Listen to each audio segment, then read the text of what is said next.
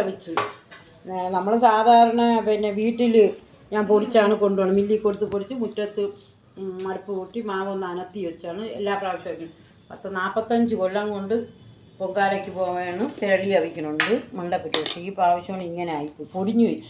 പൊടിഞ്ഞെങ്കിൽ വേവേം ചെയ്ത് നല്ല ടേസ്റ്റ് ഉണ്ട്. ഇത് കടയിൽ നിന്ന് വാങ്ങിച്ച മാവാണ്, അരിപ്പൊടി. പൊങ്കാലയ്ക്ക് പോകണില്ല എന്ന് വിചാരിച്ചുകൊണ്ടാണ് ഇരുന്നത്. പെട്ടെന്ന് പിന്നെ പോവാമെന്ന് തീരുമാനിച്ചു. അങ്ങനെ കടയിൽ നിന്ന് വാങ്ങിച്ചു. പുട്ടിൻ്റെ പൊടി വാങ്ങിച്ചതാണ്. പുട്ടിൻ്റെ പൊടി വാങ്ങിച്ചിട്ട് അയ്യോ വരവാനൊക്കെ വലിയ കഷ്ടപ്പാട് വിട്ടു. കളയണ്ട, നല്ല വേവേം ചെയ്ത് നല്ല ടേസ്റ്റ് ഉണ്ട്. പൊടിഞ്ഞു പോയെന്നുള്ളതേ ഉള്ളൂ. കഴിക്കാൻ നല്ല ടേസ്റ്റ് ഉണ്ട്. ഇതുണ്ട് ചോള. അതുപോലെ തന്നെ തിരളി ആണ്. അതാണ് ഞാൻ ഇന്നലെ വീഡിയോയിൽ അവനെ മടിച്ചത്. തിരളി ഇപ്പം ഇന്നത്തെ ഉറച്ചിട്ടുണ്ട് കേട്ടോ. കളയണ്ട, പിന്നെ രുചിയുണ്ട്. പക്ഷെ നല്ല പൈസ സാധനമാണ്, നല്ല രുചിയാണ്. അങ്ങനെ ചെയ്യോ കൊള്ളൂല. പക്ഷെ ഇപ്പം എടുത്തപ്പം കൊള്ളാം.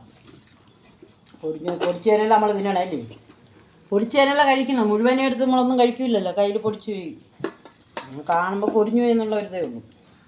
ആര് ദൈവം ചെയ്ത് ഇതുപോലെ പുട്ടിൻ്റെ മാവ് വാങ്ങി തിരളി ഉണ്ടാക്കല്ല്.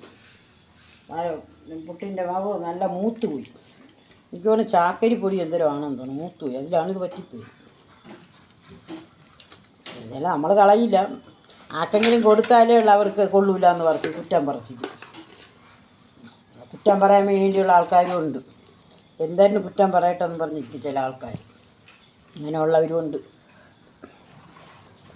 നമ്മളിവിടെ 2-3 വീട്ടിൽ തന്നെ കൊടുത്തുള്ളൂ. വേറെ ഇങ്ങനെ പൊടിഞ്ഞതുകൊണ്ട് കൊടുത്തില്ല. 2 നടത്ത് കൊടുക്കണമെന്ന് പറഞ്ഞാണ് ഞാൻ കൂടുതൽ ഉണ്ടാക്കിയത്.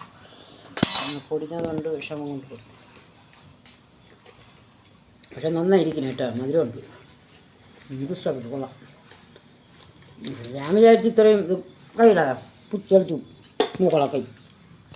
എനിക്കാണെങ്കിൽ തിരളിയും മണ്ടപ്പിറ്റൊന്നും ആരുണ്ടാക്കി തന്നാലും ഇഷ്ടപ്പെടും. സ്വന്തമായിട്ട് ഞാൻ ഉണ്ടാക്കി കഴിക്കണം. ആര് തന്നാലും ഞാൻ വാങ്ങിച്ചങ്ങനെ കഴിക്കാൻ എനിക്കില്ല. അങ്ങനെയാണ് എൻ്റെ സ്വഭാവം. അങ്ങനെയാണ് ഞാൻ പിന്നെ പോയത്. ഇനിയിപ്പോൾ അടുത്ത വർഷമെല്ലാം ഉണ്ടാക്കാക്കുള്ളൂ. അല്ല നമ്മളിതൊന്നും ഉണ്ടാക്കൂല വീട്ടിൽ. പൊങ്കാലയ്ക്ക് മാത്രമേ ഉണ്ടാക്കൂ.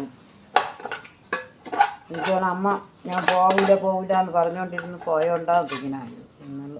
ഇതുവരെയും കോവിലിപ്പോൾ അമ്മയെ തൊഴുതതുമില്ല.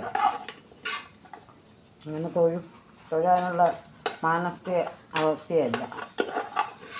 ജീവിതത്തിൽ അങ്ങനെയൊക്കെ ഉള്ള കാര്യങ്ങളാണ് നടന്നിട്ട്. അതുകാരണം പിന്നെ പോവാനും മടിച്ചു.